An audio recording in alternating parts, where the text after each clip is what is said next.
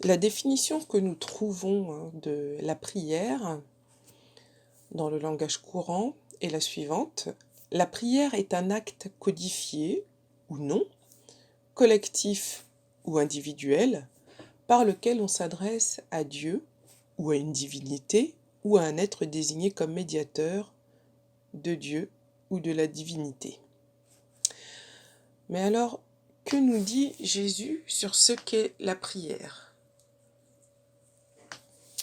Dans Jean 14, versets 13 et 14, Jésus dit « Et tout ce que vous demanderez en mon nom, je le ferai, afin que le Père soit glorifié dans le Fils. Si vous demandez quelque chose en mon nom, je le ferai. »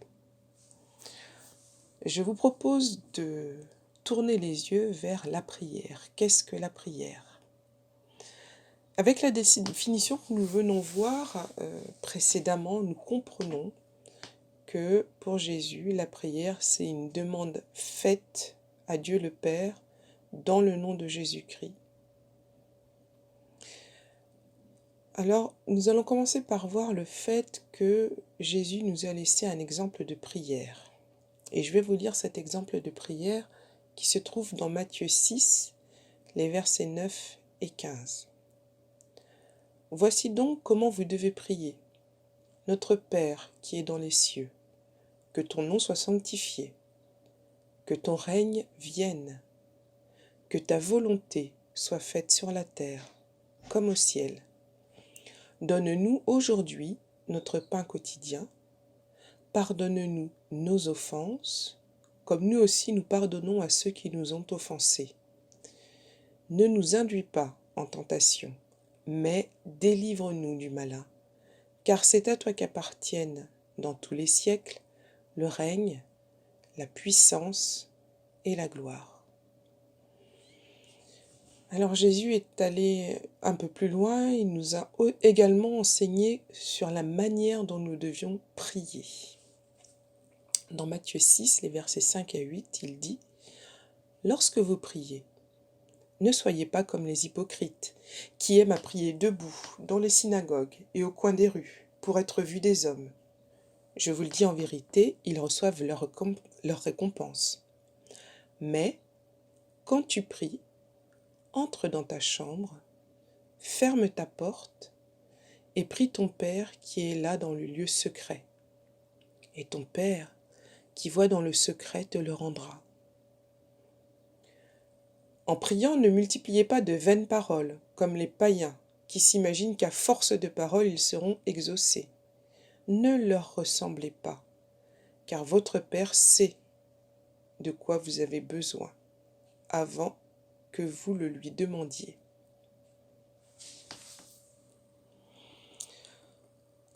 Alors, quels peuvent être les sujets de prière que nous pouvons présenter à Dieu au nom de Jésus ? Là encore, dans les évangiles, Jésus nous donne des indications très précises. Il nous dit qu'il faut prier pour les enfants. Matthieu 19, 13 à 15. Alors, on lui amena des petits-enfants, donc on amena des petits-enfants à Jésus, afin qu'il leur imposât les mains et pria pour eux. Mais les disciples les repoussèrent. Et Jésus dit, « Laissez les petits-enfants, et ne les empêchez pas de venir à moi, car le royaume des cieux est pour ceux qui leur ressemblent. » Il leur imposa les mains et partit de là. Jésus nous propose également de prier pour nos frères et sœurs qui sont dans la lutte, c'est-à-dire ceux qui croient en Jésus et qui pour cela traversent des moments difficiles, soit parce qu'ils sont persécutés, soit parce qu'ils sont tentés. Luc 22, verset 32, c'est Jésus qui parle. « Mais j'ai prié pour toi, afin que ta foi ne défaille point. Et toi, quand tu seras converti, affermis tes frères. » Jésus nous propose également de veiller et de prier pour nous-mêmes, alors que nous aussi nous pouvons être tentés, ou alors nous pouvons passer par des épreuves. Marc 14, verset 38. « Veillez et priez afin que vous ne tombiez pas en tentation. L'esprit est bien disposé, mais la chair est faible. Jésus nous propose également de prier pour nos ennemis. Matthieu 5, verset 44. Mais moi je vous dis, aimez vos ennemis, bénissez ceux qui vous maudissent, faites du bien à ceux qui vous haïssent, et priez pour ceux qui vous maltraitent et qui vous persécutent. Jésus nous propose comme autre sujet de prière de prier pour la mission. Luc 10, verset 2. Il leur dit, la moisson est grande, mais il y a peu d'ouvriers. Priez donc le maître de la moisson d'envoyer des ouvriers dans sa moisson. Donc effectivement, la mission dans ce texte est comparée à un champ qu'il faut récolter. Et donc les disciples de Jésus, les chrétiens, sont décrits comme étant peu nombreux. Et Jésus nous propose donc de prier pour que Dieu envoie plus de monde dans la mission. À travers ces sujets de prière, nous comprenons que c'est nous qui sommes transformés par les prières que nous faisons à Dieu. Dieu se sert de la prière pour nous faire prendre conscience d'un certain nombre de choses et pour nous transformer. Lorsque nous prions pour les enfants, nous devenons sensibles aux enfants. Lorsque nous prions pour nos ennemis, eh bien nous arrêtons de les détester et nous commençons à les aimer. Et lorsque nous prions pour être préservés de l'épreuve ou de la tentation, eh bien nous sommes plus sensibles à cela et nous faisons attention à nous. Et nous faisons également attention à nos frères. À quel moment prier? Quand prier? Où prier? Là encore, nous avons dans les évangiles des indications. Jésus nous propose de prier à l'écart. Matthieu 14, verset 23. Quand il eut renvoyé la foule, Jésus monta sur la montagne pour prier à l'écart. Et comme le soir était venu, il était seul. Jésus propose de prier dans un lieu désert. Marc 1, verset 35. Vers le matin, pendant qu'il faisait encore très sombre, il se leva et sortit pour aller dans un lieu désert où il pria. Jésus prie également sur la montagne, Marc 6, verset 46. Quand il eut renvoyé la foule, il s'en alla sur la montagne pour prier. Jésus prie toute la nuit, Luc 6, verset 12. En ce temps-là, Jésus se rendit sur la montagne pour prier, et il passa toute la nuit à prier Dieu. Jésus nous encourage également à prier toujours sans se relâcher. Luc 18, verset 1, Jésus leur adressa une parabole pour montrer qu'il faut toujours prier et ne point se relâcher. Alors dans la Bible, il y a plusieurs types de prières. En introduction, il est vrai que j'ai partagé la prière que Jésus nous a laissée en modèle, mais nous découvrons dans la Bible qu'il y a plusieurs types de prières et nous allons maintenant les analyser. Premier type de prière, c'est la demande. C'est la phase élémentaire et enfantine de la prière, mais Dieu se plaît à exaucer de telles prières. Matthieu 7, versets 7 et 8. Demandez et l'on vous donnera, cherchez et vous trouverez, frappez et l'on vous ouvrira. Car quiconque demande reçoit, celui qui cherche trouve, et l'on ouvre à celui qui frappe. Matthieu 20, les versets 20 à 23. Dans ce cadre-là, la mère de Zébédée fait une demande à Jésus.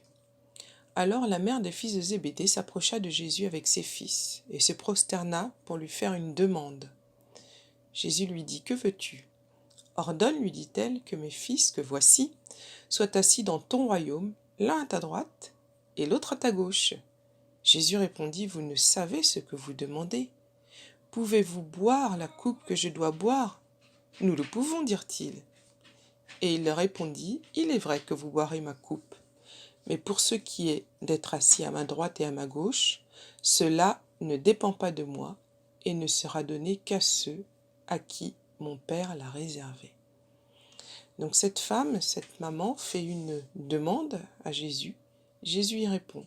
Alors il ne répond pas peut-être comme ce qu'elle aurait espéré, mais en tout cas Jésus répond. Deuxième type de prière, c'est la confession ou l'aveu des péchés. Devant la croix de Christ, nous recevons la purification par le sang de Jésus et nous avons la certitude d'être pardonnés. 1 Jean 1, versets 9 et 10. Si nous confessons nos péchés, il est fidèle et juste pour nous les pardonner et pour nous purifier de toute iniquité. 1 Jean 2, verset 1. Mes petits enfants, je vous écris ces choses afin que vous ne péchiez point. Et si quelqu'un a péché, nous avons un avocat auprès du Père, Jésus-Christ, le juste. Alors, toujours pour nous encourager à l'aveu des péchés, 2 textes de Proverbes. Proverbe 28, verset 9. Si quelqu'un détourne l'oreille pour ne pas écouter la loi, sa prière même est une abomination. Et Proverbe 28, verset 13.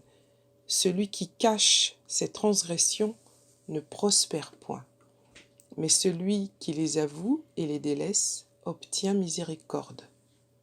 Donc, nous sommes invités à confesser et à avouer nos péchés dans le cadre de la prière. Troisième type de prière, la louange, la célébration, l'éloge. Une église vivante, une église de communauté de croyants vivants, loue le Seigneur de tout son cœur et en toutes circonstances, parce que Dieu seul en est digne. Il existe un terme dans la Bible, Alléluia, qui veut dire vive le Seigneur. Éphésiens 5, versets 18 et 19, soyez au contraire remplis de l'Esprit, entretenez-vous par des psaumes, par des hymnes et par des cantiques spirituels, chantant et célébrant de tout votre cœur les louanges du Seigneur. Quatrième type de prière, la reconnaissance, le remerciement qu'on appelle également action de grâce. Effectivement, c'est la moindre des choses de remercier Dieu pour tous ses bienfaits qu'on ne mérite pas. Son cœur peut être blessé quand on oublie. Éphésiens 5, verset 20. Rendez continuellement grâce pour toutes choses à Dieu le Père, au nom de notre Seigneur Jésus-Christ. Cinquième type de prière, l'intercession. Dans l'intimité de Dieu, nous commençons à comprendre sa douleur. Elle pèse sur notre cœur et devient un fardeau. Et ainsi nous venons à Dieu présenter un certain nombre de sujets, un certain nombre de personnes. Éphésiens 6, les versets 18 à 20. Faites en tout temps par l'Esprit toutes sortes de prières et de supplications. Veillez à cela avec une entière persévérance. Et priez pour tous les saints. Priez pour moi, afin qu'il me soit donné, quand j'ouvre la bouche, de faire connaître hardiment et librement le mystère de l'Évangile, pour lequel je suis ambassadeur dans les chaînes, et que j'en parle avec assurance, comme je dois en parler. Ça, c'est une prière de Paul, l'apôtre qui a fait le tour du monde connu d'alors pour répandre le message de Jésus. Sixième type de prière, c'est l'adoration. Dans l'Ancien Testament, l'adoration se traduisait par une attitude physique, la prosternation, le fait de se prosterner, de se mettre à genoux, de se courber, de se coucher. Dans la Nouvelle Alliance, notre esprit est dans une attitude de prosternation devant Dieu. C'est l'abandon complet de nous-mêmes. Nous n'existons que pour Dieu. Il est tout. L'adoration en esprit a lieu dans le temple céleste, mais également dans le temple qu'est notre corps. Et c'est cela que Dieu recherche. Alors Jésus nous a dit dans Jean 4, les versets 23 à 24, « Mais l'heure vient, et elle est déjà venue, où les vrais adorateurs adoreront le Père en esprit et en vérité, car ce sont là les adorateurs que le Père demande. Dieu est esprit, et il faut que ceux qui l'adorent en esprit et en vérité. Hébreux 10, versets 19 à 22. Ainsi donc, frères, puisque nous avons au moyen du sang de Jésus une libre entrée dans le sanctuaire par la route nouvelle et vivante qu'il a inaugurée pour nous au travers du voile, c'est-à-dire de sa chair, et puisque nous avons un souverain sacrificateur établi sur la maison de Dieu, approchons-nous avec un cœur sincère, dans la plénitude de la foi, les cœurs purifiés d'une mauvaise conscience et le corps lavé d'une eau pure. Et ça, c'est l'adoration à laquelle Dieu prend plaisir. Alors, dernier type d'adoration, cette liste n'est pas exhaustive bien sûr, c'est la communion avec Dieu. Nous trouvons notre raison d'être dans l'union intime avec Dieu. Il nous communique ses pensées, ses sentiments, et il nous révèle son plan. La vie chrétienne normale est une communion permanente avec Dieu. 1 Jean 1, versets 3 à 6. Ce que nous avons vu et entendu, nous vous l'annonçons à vous aussi, afin que vous aussi vous soyez en communion avec nous. Or, notre communion est avec le Père et avec son Fils Jésus-Christ. Et nous écrivons ces choses afin que notre joie soit parfaite. La nouvelle que nous avons apprise de lui et que nous vous annonçons, c'est que Dieu est lumière. Il n'y a point en lui de ténèbres. Si nous disons que nous sommes en communion avec lui et que nous marchions dans les ténèbres, nous mentons et nous ne pratiquons pas la vérité. Et je complète ce texte qui parle de communion avec Dieu et avec Jésus par un autre texte dans 1 Corinthiens 6, verset 17. Mais celui qui s'attache au Seigneur est avec lui un seul esprit. Celui qui s'attache au Seigneur est avec lui un seul esprit. Alors pour terminer, je voudrais vous lire des extraits de prières célèbres et je vous propose un petit jeu, c'est de découvrir, vous ferez peut-être une recherche sur internet pour ce faire, de découvrir qui est l'auteur de chacune de ces prières. Alors première prière, éloigne de moi cette coupe. J'ose te parler, Seigneur, alors que je ne suis que poussière et cendre. Je suis trop petit pour toute la fidélité et la loyauté que tu as montrée envers moi, ton serviteur. Qui suis-je, Seigneur Dieu, et qu'est-ce que ma maison pour que tu m'aies fait parvenir jusqu'ici? Je ne suis qu'un petit garçon, je ne sais rien faire.